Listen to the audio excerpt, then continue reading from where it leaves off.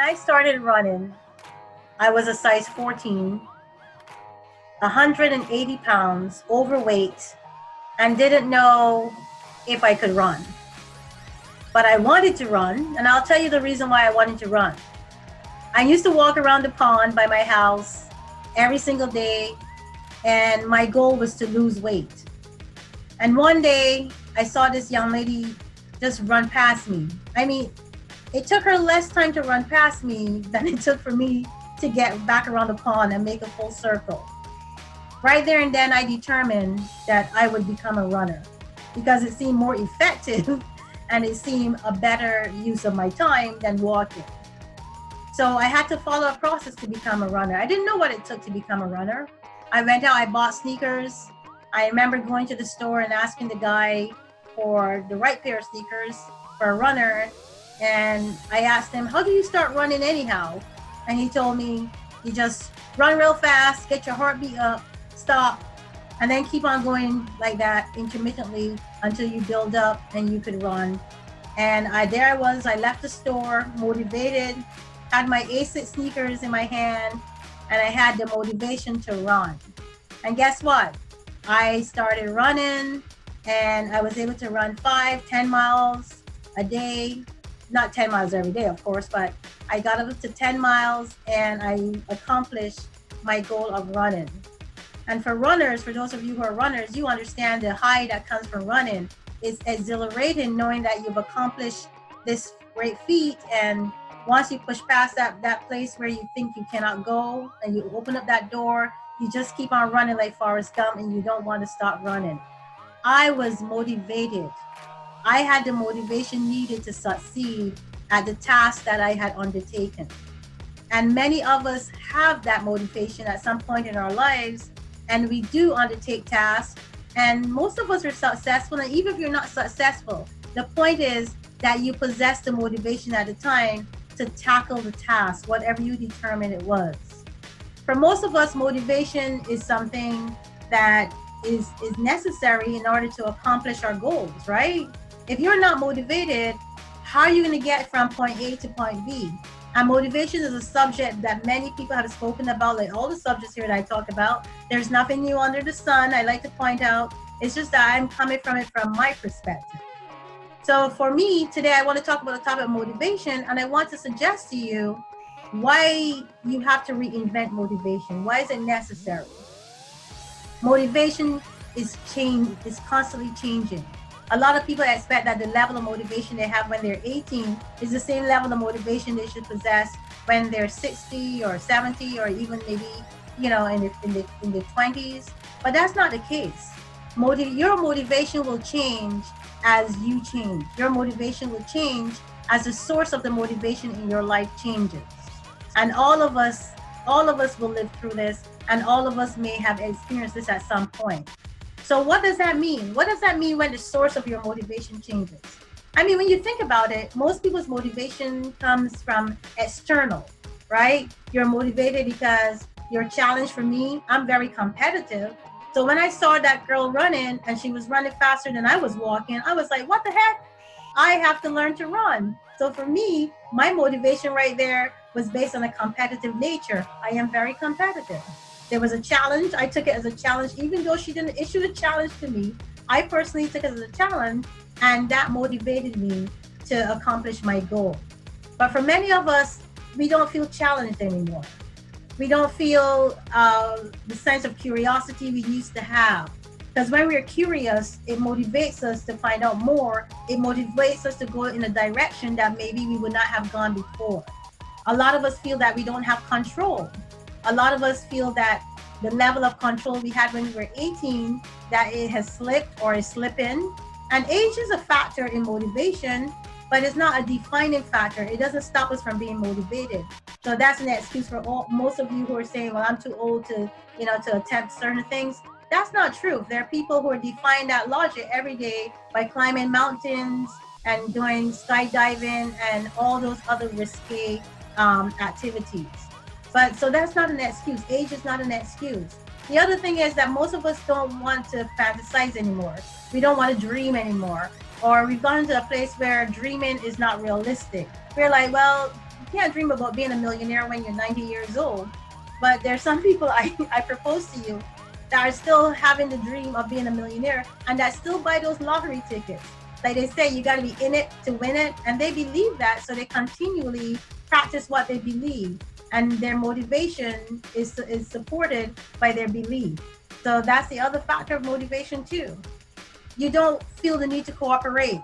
You don't want to cooperate with another person that will force you into motivation, team effort or working on a project together or working or joining a running group. Those are all cooperative activities. Those are activities where you're forced to be motivated because other people are looking at you and other people are relying on you.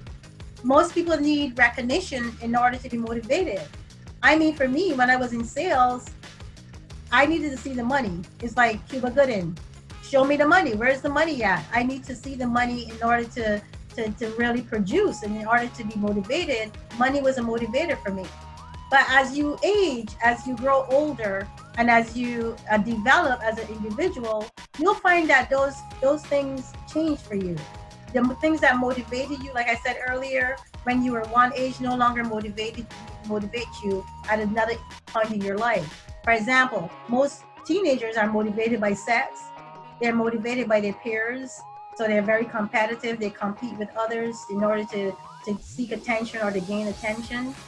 And for someone in their 60s or 70s, those are not the same motivators. They're not motivated by sex. I'm not saying that people are not. Understand, this is no judgment here.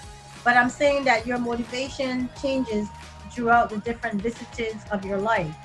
Changes happen, and because changes happen, we need to anticipate those changes and adjust our motivation. That's what reinventing motivation is about. I think the biggest part of motivation or a lack of motivation for people is because they don't recognize or it's like saying, you have to have the remedy. You should have the prescription before you even, have to prescribe it. And the same is true. If you know that motivation is something that is going to ebb based on age or based on your situation, then anticipate it. Anticipate that and change your motivation. Reinvent it. Find something else that motivates you. Find something else that gets you excited in the morning. Find something else that makes you feel alive. The feeling of being alive is what drives most people.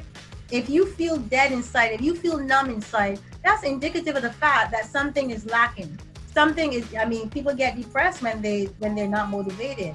Most people fall into a deep sense of depression because they don't know what to do. And because they don't know what to do, they fall deeper and deeper into that pit without realizing that just because you recognize or realize that this is an obstacle and you don't understand how to overcome the obstacle, it does not mean you should not attempt to tackle the obstacle. Motivation is something that can be internal or external. But I truly believe that internal motivation is like having an alarm clock. How many of you have an alarm clock?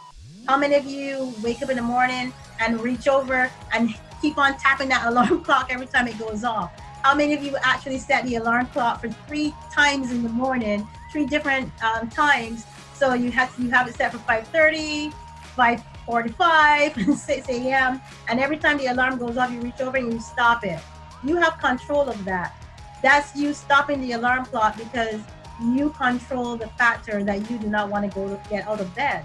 But there's another different type of motivation, the motivation that wakes you up. You have an internal clock. I get up every morning at the same time. I get up at 4:30 or 5, and I don't need an alarm clock to get up. I set the alarm clock, but I'm usually up before my alarm clock because my body is conditioned to wake up naturally.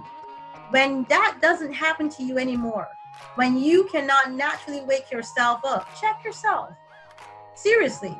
Most of us are like, oh, I'm not a morning person, and you drag, and you have poor time management skills, or you don't have the desire to go to work or whatever.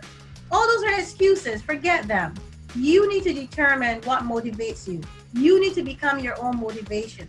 You need to find the strength to motivate yourself to do the things that you need to do.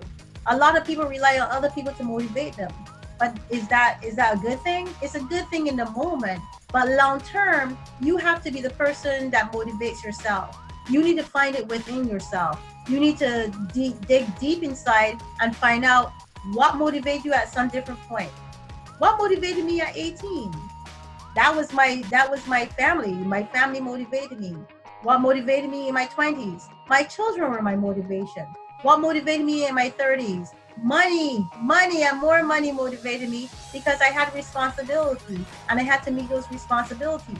And money is always a constant motivator, but to be truthful, it doesn't make you happy just because it motivates you to go get it. So you have to find a motivation within that allows you to find a sense of accomplishment, a sense of fulfillment. That's the kind of motivation that's intrinsic.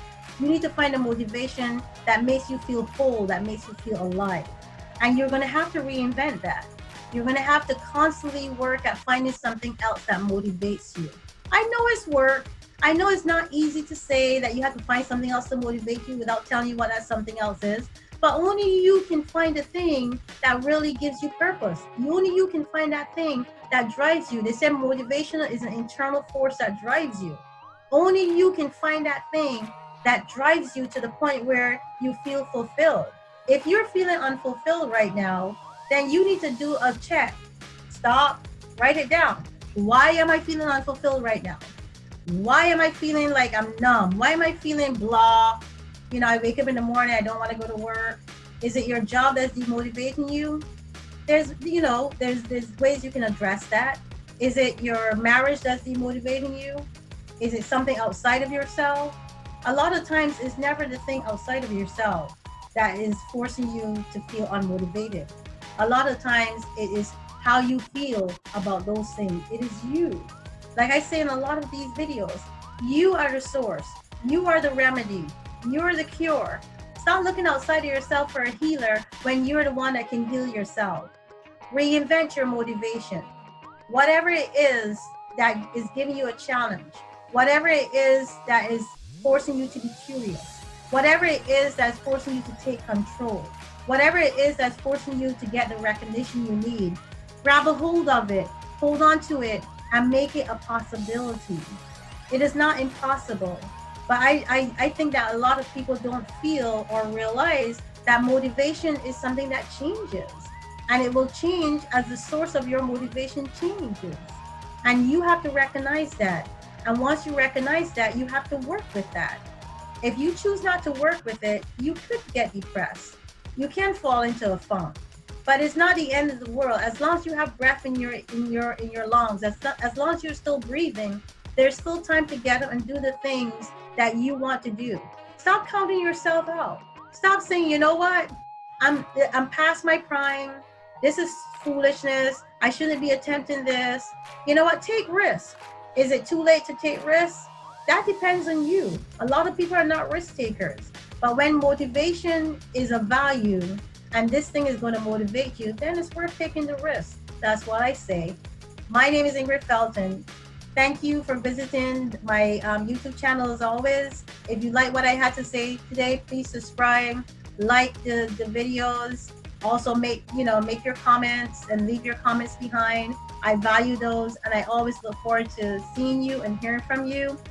Visit my website, thejourneyoftruth.com, and tell others about me and what I'm doing here or what I'm trying to do with your help. And let's do this together. Let's get motivated together. Let's redefine motivation. Let's find a reason to get up in the morning, and let's find a reason to go through the day and greet the day as though we are spring chickens, right?